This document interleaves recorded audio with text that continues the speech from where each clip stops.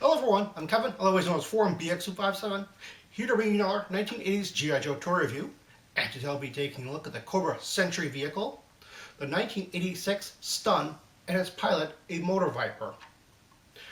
Now, before I get the review on the way, I do have to mention that you'll probably notice the flags appearing and disappearing throughout the review. I do apologize for that. Sometimes I do take off antennas just to fit the things in frame, but in this case I'll probably be taking the flags off for a different reason, which will become clear later on. Now, the Stun and Motor-Viper both make their first cartoon appearance in the 1986 Season 2 opener, 5-part Arise Serpentor Arise, in the very first part. However, I found it really difficult to find out where he made his first comic book appearance. It appears that the Stun alone makes its first comic book appearance in the old Marvel comic run in issue number 88, where it's almost immediately becomes the 1989 Python Patrol Stun.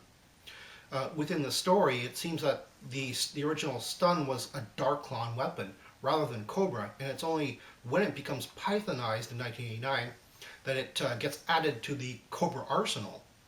Really very strange, and the Motor-Viper makes no comic book appearances at all that I could see, really. One interesting thing is that this is basically a Sentry vehicle, a light Sentry vehicle, and I believe it was supposed to replace the Cobra Stinger. However, it seems the Stinger was actually used quite often in the Marvel comic run, well past these toys' shelf date. The Cobra Stun is as impressive as it is bizarre. One of its features is the hubcap, which stays stationary even when you're rolling the wheel. It's like that on the rear as well. It has two large guns on the front, both of which can elevate independently of each other, and when you want them to rotate, the entire fairing with the operator can rotate out.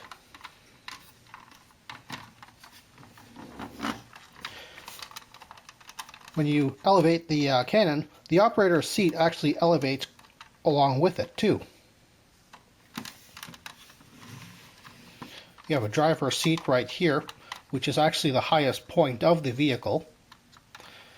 And you have these coverings. Now these are, according to the blueprints, these are fuel sack coverings, but you can kind of imagine them to be engine coverings as well. Especially when there's a fuel cap right here. So I'm not quite sure why they have two separate things there. There's also the cover on the other side as well, which is also removable. And on the very back, you have a seat for a rear tail gunner. The tiny little gun can actually just rotate almost all the way around. It kind of gets stuck on the fender. And as you can see on the rear fenders, you can see 3 foot pegs on each side for 6 additional troops on the back side of the vehicle. If you're looking for a Cobra Stun on the aftermarket, they're actually fairly easy and fairly cheap to find. However, they're almost never intact. Unfortunately, the red plastic that they used on the Stun is actually very brittle. As a matter of fact, I think it's comparable to Transformers gold plastic syndrome, in fact, because even way back in 1986 and 1987, I believe I have seen many collectors complain that these things broke almost right out of the box back in the day.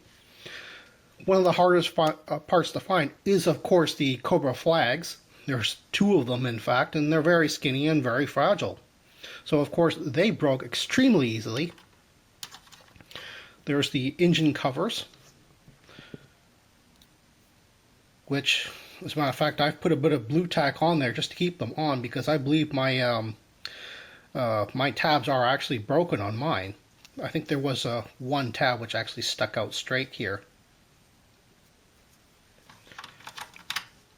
And one of the unfortunate parts is that sometimes sellers don't take a good picture of the back end of the vehicle, so you don't get a good look at the this tiny little machine gun, which has a tiny little handle which cracks off and a tiny little barrel which cracks off fairly easily as well. The Cobra STUN came with a driver, the Motor-Viper, and the Motor-Viper came with no accessories. Unfortunately, he, along with the Cobra STUN itself, he's kind of one of those things that collectors kind of don't like, because he has a really big and very plain looking head. I get what they were going for. They were going for a type of a riot shield type of a thing. Unfortunately, because of his head is kind of elevated, you see that that's a solid piece and it kind of just looks wrong. Personally, I like it because he's one of the few drivers who is in Cobra Blue, so he looks really good with Cobra Vipers and Cobra Troopers and officers. But he's also kind of easy to find on the aftermarket because he has no accessories.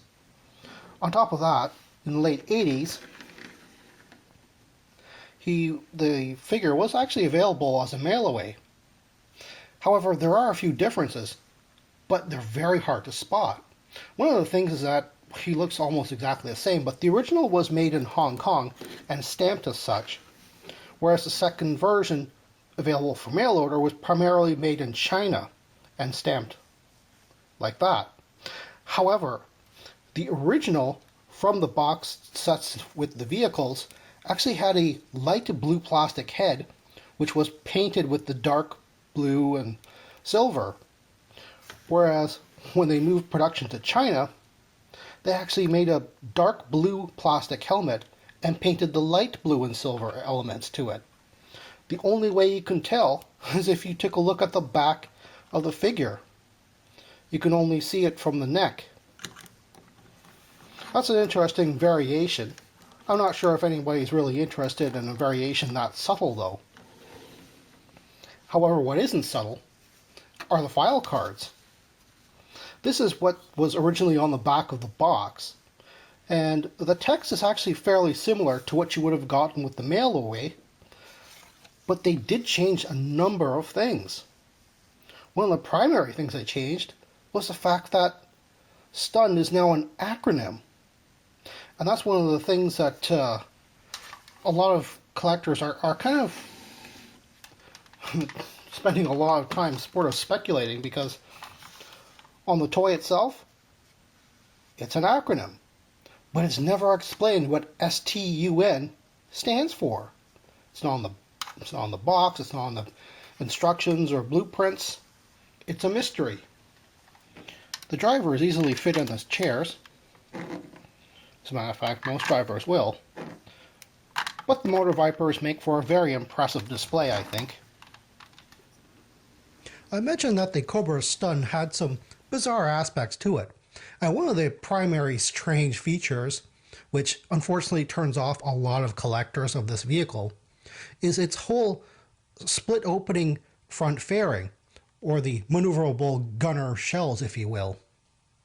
Now, I understand that they were trying to evoke the whole double-headed snake motif, but this is a large portion of the vehicle which is dedicated to this gimmick, and it just seems like something out of the Masters of the Universe line. As a matter of fact, one collector actually likened this vehicle as a type of an ancestor to the He-Man Roton. The color scheme is also very similar to that. And as I said, a lot of the vehicle seems to be dedicated to this, and it actually increases the bulk of the vehicle. Now, as a three-wheel vehicle, the Cobra STUN is supposed to evoke a highly maneuverable, very fast, light Sentry vehicle.